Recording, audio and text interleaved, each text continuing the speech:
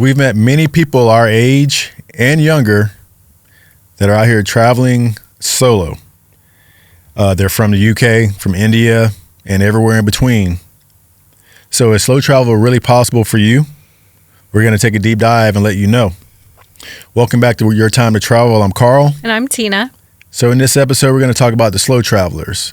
And we've met quite a few of them, men and women, older, younger. Mm-hmm. We've met them all. Right. Retired, remote working, digital nomads. Yes. We've met them all over here.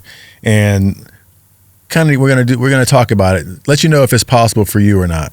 So the pros. There are a lot of pros to being a slow traveler, a solo traveler, I should say. And I guess one of them is you can just go whenever you want, no coordination. Mm-hmm. You just the freedom of traveling by yourself. Yes. Oh, yeah. You don't have to think about anybody else's needs or their schedule. You kind of go when you want to go and stay when you want to stay. So that definitely is a pro. Yeah, I've done it before when I retired from law enforcement. Mm-hmm. Went on a motorcycle ride across the United States. Just me. Mm-hmm. And scary until I left. When I was planning it, it's like, man, so I'm just going to travel. I'm just going to drive this motorcycle across the country alone. Nobody else riding with me, nobody to talk to. It was great. It was great because I did exactly what I wanted when I wanted.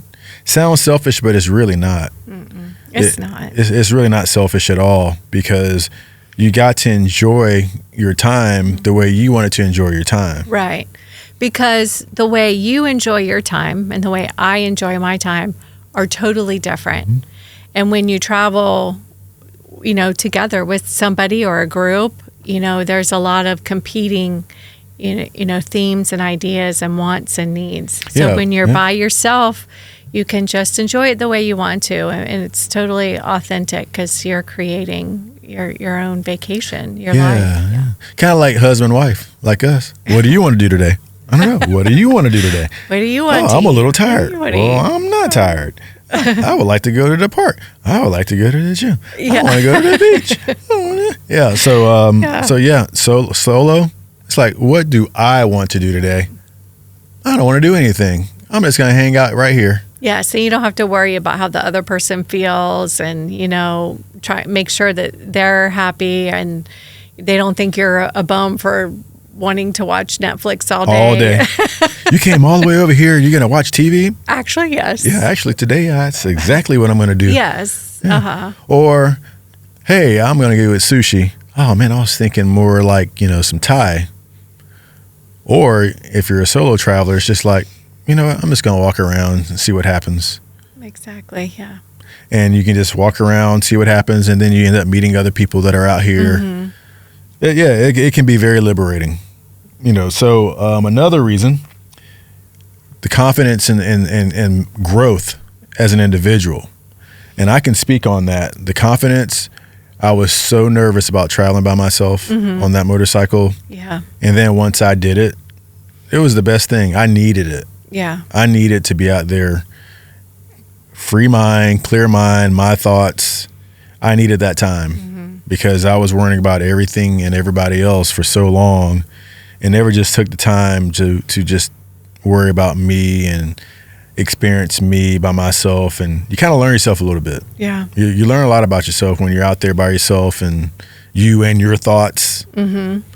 I learned a lot about myself. Yeah, I think it takes a lot of courage to do that because some people even struggle just going to get dinner by themselves, Like you're like, oh, I don't want to go to this restaurant, by myself. I'll just order something. So to take off on a vacation, and travel across the country or across the world by yourself takes a lot of courage. And we've met a lot of people out here doing that by themselves, and I'm like, that's amazing. Pat yourself on the back if you're doing that. And one thing about the people that we've met, I'm trying to remember if we approached them or they approached us. So I think most of them approached us. Maybe you approached one, but I think most approached us because I think being out there by yourself will kind of get you out of your shell.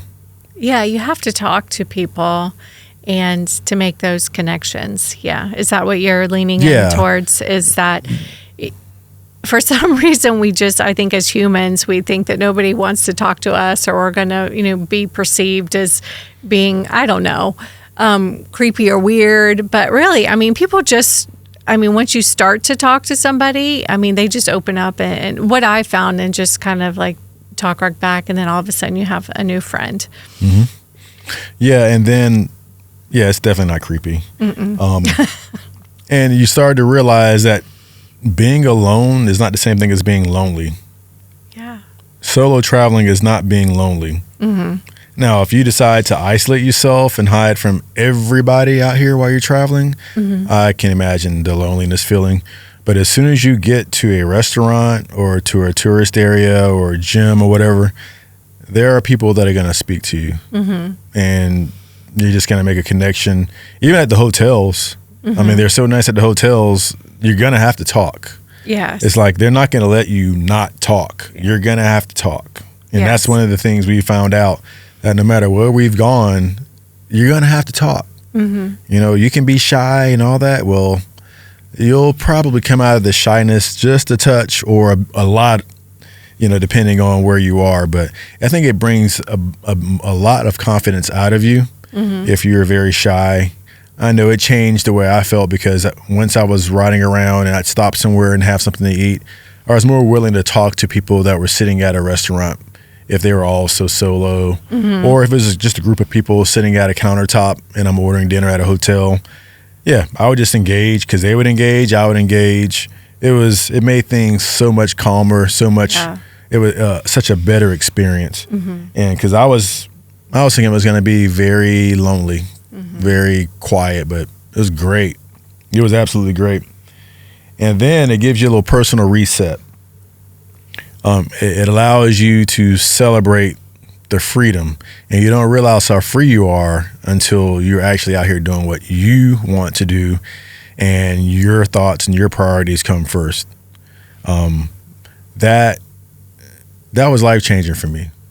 Just realizing, what am I going to do today? Whatever it is I decide. And it was great. And I was seeing things I hadn't seen, experiencing new experiences, just talking to random people, and you realize that, man, everybody's out here doing something different, but we're all kind of the same. Right, yeah. And so it was changing. It was life-changing to me. So let's talk about some of the fears that people may have. And the fears are legit, especially if you come from the area of the world where we're from, where, hey, certain times of night, you shouldn't be out there. Right. Certain areas of town, you shouldn't be over there. Right. You're out there by yourself as a woman. You're out there by yourself as an older guy. It's like, what are you doing out there that late? Right. You know how dangerous that is? Right. And so you transfer that over the rest of the world, and it may not be legit. Yeah. So some of the fears are safety. And you have to look up the countries you're going to, and hopefully if you're a solo traveler, you're choosing safe destinations. Right. Yeah, that's definitely one that you have to look up the rankings for that. And even being, a female, they have countries like the most safest countries for women to travel solo. And yeah, coming from the US and as a woman, you're definitely not out walking to the store at night by yourself. If you're just not. If you have to, you have to, but you're always looking over your shoulder. And when you get to your destination, you're quite relieved. And when you get home and lock the door, you're even more relieved. Yeah, I don't even think you want to be driving late as a woman by yourself. Yeah. Going to the store. That's true. And so you think it's like that in around the world, and it's not. And so I think I've had a few instances when we were in Mexico, and I think we've told this story before. And we first got to Mexico City, and you had a meeting, and we had Benny, and he needed dog food because you can't bring it to another country. And so Mexico City, very first night, it was around 8 p.m., and there was a pet store probably about half a mile away. And I was like, okay, I'm going to walk there. And being from where I'm from, I was a little nervous. I think you were a little nervous. You were texting me.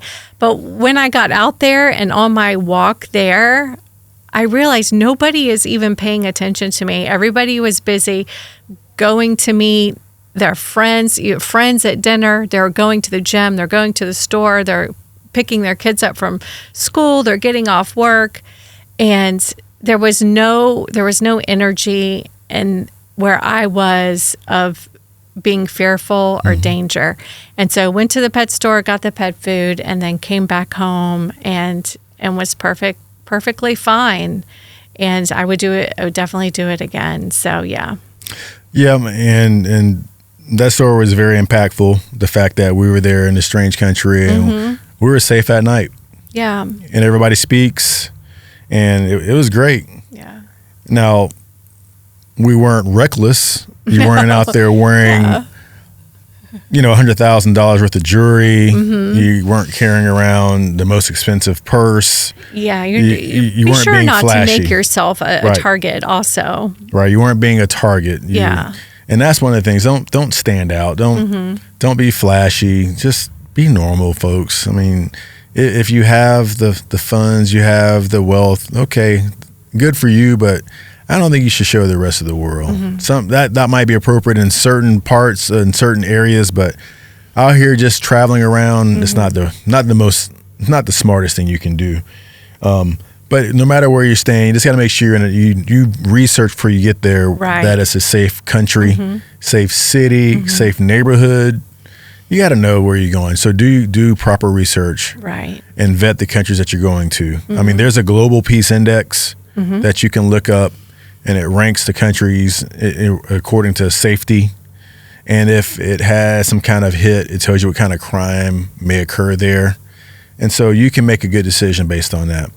And some of the countries we've been to have been very safe and very safe for women. Yes, and I think that's definitely part of the criteria that we pick the countries that we're going to visit. I mean, it's up there, safety. Safety is definitely up there. Nobody has time for that. Yes. It's like, and some of the countries that we were told were going to be very unsafe were great. We've had surprises about it.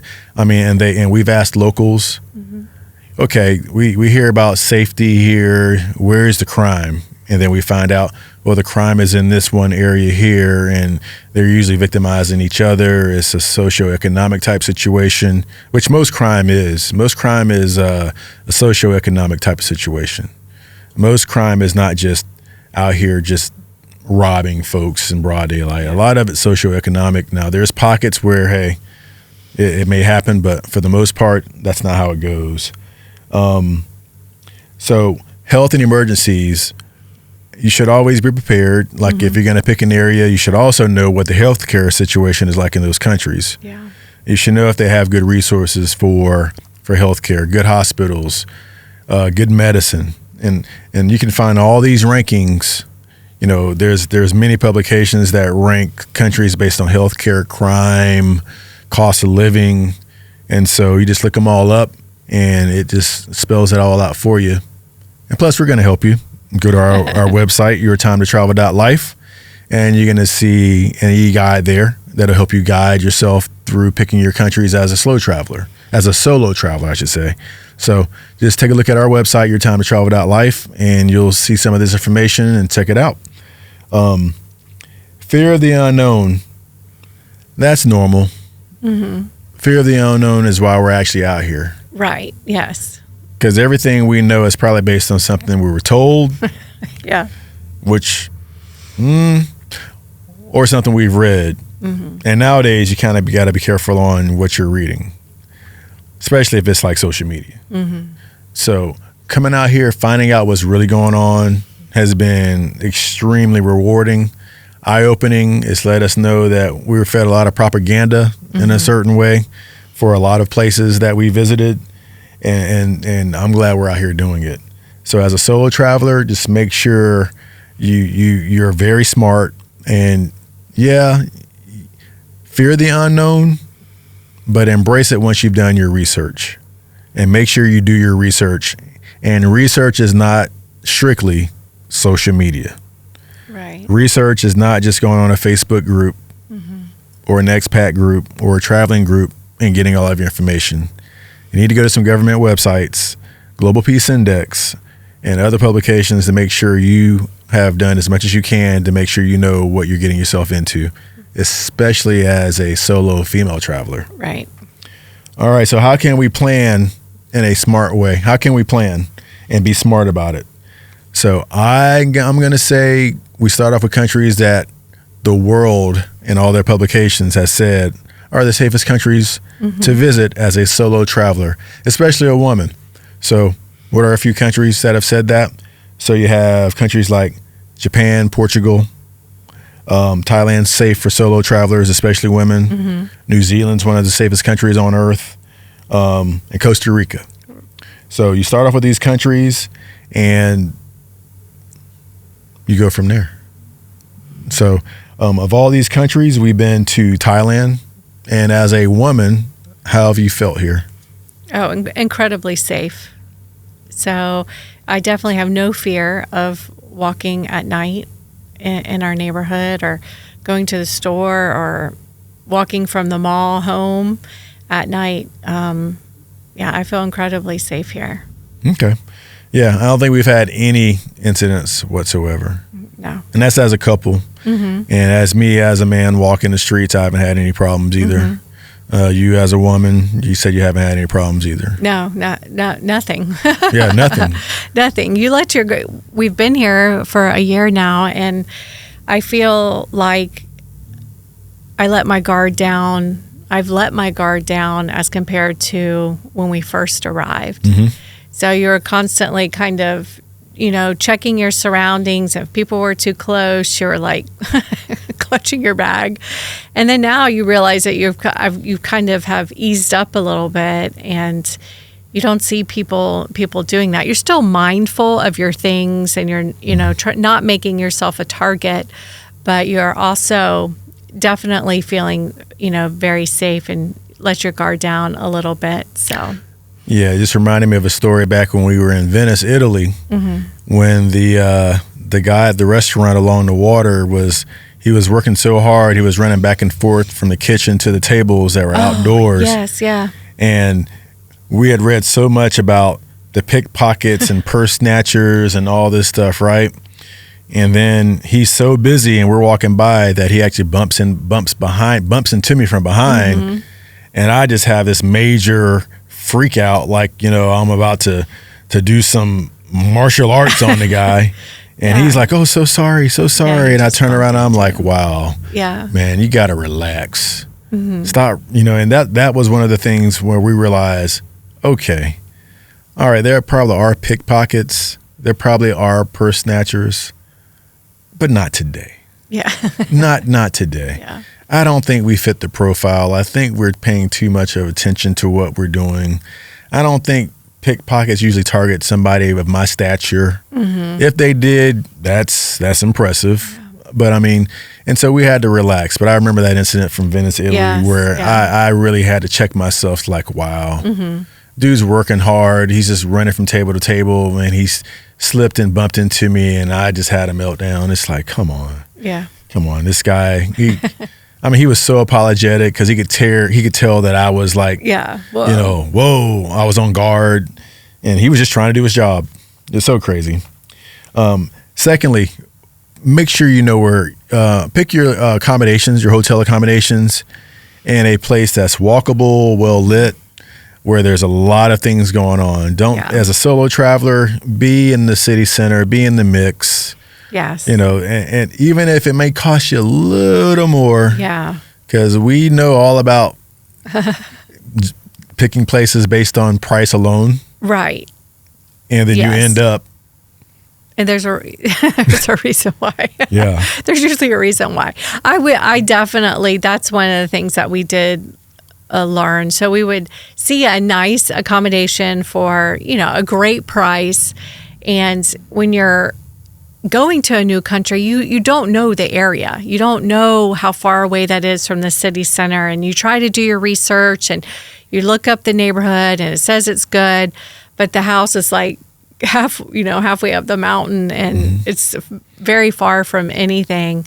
And so you're just like, those are things that we learn. So we basically just go straight for the city center. Know that it's walkable. Read the reviews where people have said, great location, walkable, lots of restaurants, and stay there. Yeah. Yeah, because we've looked up hotels like, oh man, this hotel looks amazing. But it's great price. And then you look at a couple of the reviews on the hotel. It's like, yeah, not near anything. Not near anything. There's no restaurants to walk to at night. Yeah. It's like, oh, okay. Which means you're eating and drinking at the hotel, which paying can get very tourist pricey. prices. Yeah. And so we learned that really quickly. If it says, hey, nothing within walking distance, it's like, no, that means the hotel is going to charge you tourist prices. Yeah. No. So location is important. City center, walkable. You don't want to have to get in a taxi or to go everywhere you want to go. Right, because you wind up, I'm going to save a few dollars by staying here and staying further outside the city, but then you wind up spending it on transportation to get to the city or to food or shops or whatever. Yeah. Next, as a solo traveler, packing. We started off okay. We got better as we've gone because we've been traveling now and we realize that most of the things that we need, we can get it when we get where we're going. So our advice to solo travelers is pack lightly. Be able to mix match different outfits, jackets, sweaters, shoes. Definitely don't take a bunch of shoes because shoes take up so much room when you're packing. So we highly recommend packing lightly, and you can get basically everything you want when you're getting to your destination. Right. You don't have to pay. Like our idea is if you don't have to, don't check a bag. If you really don't have to, don't check a bag. If you're over here in Asia, where it's Southeast Asia, where it's warm almost every day, hot, there's very little clothing that you need to be carrying around. You can pretty much get your outfits over here, or you carry very little and you just mix match your outfits. And saves you a lot of money, a lot of time. Don't have to check your bag. You take your bag on the plane with you. And so we've gotten a lot better with that. Yes, we have. Yeah, because there's been several trips where we've only taken backpacks. Yeah. There's definitely a learning curve, and I think that's another important piece of advice for people who are just starting out, is there's a learning curve, is that as the more you travel and the longer you do this lifestyle, you get better and better at it. So give yourself a little, a little grace and forgive yourself for some of the mistakes that you make at first. Yeah. And then from a techie side,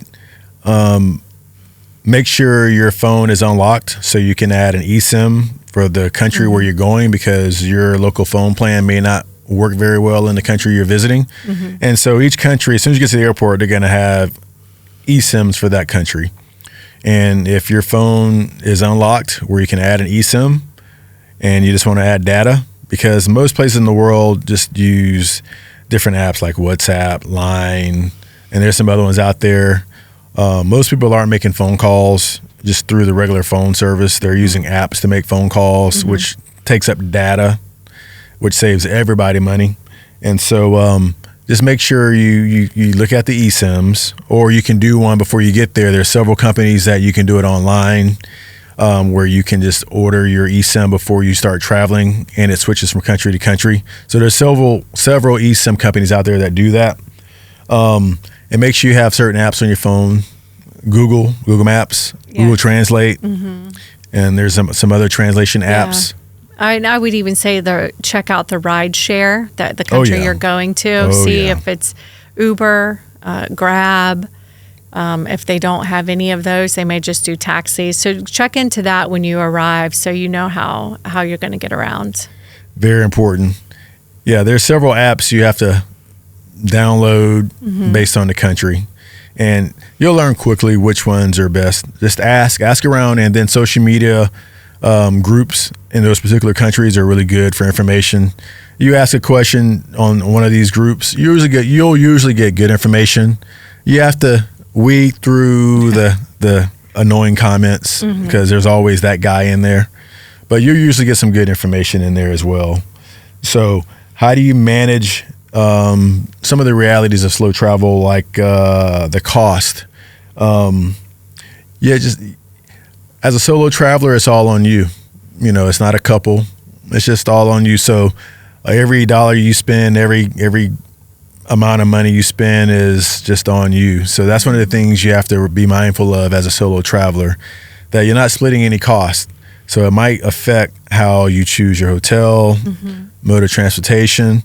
Like say over here in a lot of the Asian countries, instead of taking a car taxi, you might be able to take a motorbike taxi, which is usually a third of the cost of a car. Right. As a solo traveler, you can save a lot of money and not have to get in the car. Right. So another thing is budgeting for food.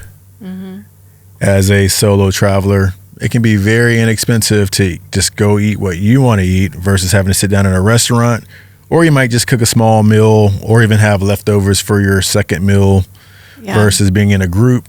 You're going to always want to go out and see something. You're going to always want to go out and spend some money. Got to get a bottle of wine. Got to have a beer. Yes, have to have an experience. Right. Everything has to be an experience. It just can't be like, oh, I'm hungry, I'm just going to cook this at the Airbnb or the condo. Or if I have a microwave in my hotel room, I'll just warm this up and just chill for the night. If you're traveling in a group, the group's going to want to go do something. Yeah. Which will not be free. No. And from a safety standpoint, and it's something that we have not talked about in previous episodes, I don't think, is the fact that you have to make sure you have more than one credit card. Yeah. Because there's going to come a time where your car is going to get compromised and you're not going to have any idea how it happened. Yeah. And the worst thing that could happen is if somebody compromises your credit card and you don't have another to use, and it might take several days for one to be shipped to you wherever you are, whatever country that may be. Yeah. And it's happened to us where our car got compromised, and that was not okay. Luckily, we had backup plan. Yeah. But and we have no idea how the car got compromised. Right. Have no idea. It's very interesting. And then there's apps to help you with your budgeting and to help you do conversions and be able to pay in local currency. One app we use is called Wise, and it helps us transfer money to pay our rent. Yes. And to pay other people in their denomination. So that helps out. And there's many other apps out there that help you make payments in different currencies, because that can be a problem. Wire transfers take a while. I don't think there's any really free transfers of currency out there. Yeah, if there is, please let us know. Yeah, please let us know in the comments. If you know of a free one, please let us know, because we haven't heard of one yet. Yeah. But so far, Wise has been the best one for us to use to transfer money between the different currencies. Okay. So, as far as solo traveling, as far as a checklist, what should we talk about here? We talked about researching your destination, which you should always do. Book your first couple of nights before you get where you're going, but it's totally not necessary to book your whole trip in advance. I would say book a few nights in advance, and when you get there, you may find something that better suits your fancy. Facebook Marketplace, we've learned, has a lot of great deals on condos. And always remember, Airbnbs aren't legal everywhere, even though everywhere has Airbnbs. Right. We've not experienced the negative side of that, but after the fact, we've learned that we've stayed in Airbnbs that were not allowed. Yeah. Weird feeling. You find out that, they really weren't allowed to have this as an Airbnb, but they did. And you could have just gotten kicked out of the condo and had no legal recourse. Like that's a terrible feeling. As far as all your paperwork, documents, make sure if you're using an Android phone, you have an iPhone, Apple device, make sure you back up most of your information into the cloud, passport, birth certificates, all that stuff. Take a picture of it, put it in the cloud so you can log on to any computer anywhere and have access to that information, because your passport can get lost. Yeah. I mean, your documents can get lost. Even your phone can get lost. And you want to be able to go into the cloud somewhere and log in and retrieve your documents. Very important. Share your location with somebody. Yes. We have iPhones. So our kids can see our location. So very important for someone to be able to see your location. They may not always be able to talk to you. Mm-hmm. It's very important for someone to know where you actually are physically located. Yeah. Because if someone hasn't heard from you in several days and is out of character, they can see your last destination and they can go from there. You're right. Right. You know, so because I know your mom went on a vacation. Yes, she did. And she wouldn't answer your calls or your texts. That's correct. Okay. And you saw her last location, right? Mm-hmm. Okay. And you had a little meltdown. Mm-hmm. And then you found out that she was okay. Yes. Yeah. I would say definitely share your location so your family can check on you and know that you're doing well. Yeah. Okay. Yeah. She didn't want to really talk about that because her mom purposely had her phone turned off. But, you know, I mean, it can happen, but at least they can see your last location. It would have provided. So my mom is 78 and my mom does still travel. And I asked her to turn on her location before she went on the trip so I could just make sure they made it okay, you know, make sure her location's moving around every day, that she's good. So she did that, but then when she got on the plane, she put her phone in airplane mode and she never took it off, which I didn't have her location anymore. And after a week, I started to get, you know, very concerned. And so I texted her husband and he responded right away and said, yes, they're fine and they'll be home in a few days. And so it does provide some comfort for your family just to be able to check to make sure you're moving around and everything's good.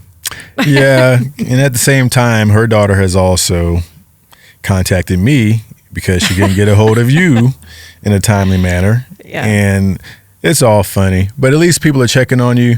But yeah, you definitely want to share your location with someone you trust, especially if you're out here as a solo traveler. You definitely want to share your location. That is very important. Okay. So slow traveling is not being alone, but it's about having your personal experiences. Share your comments in our comment section and tell us if this is something that you're interested in and what may be holding you back, or if you're about to start your journey.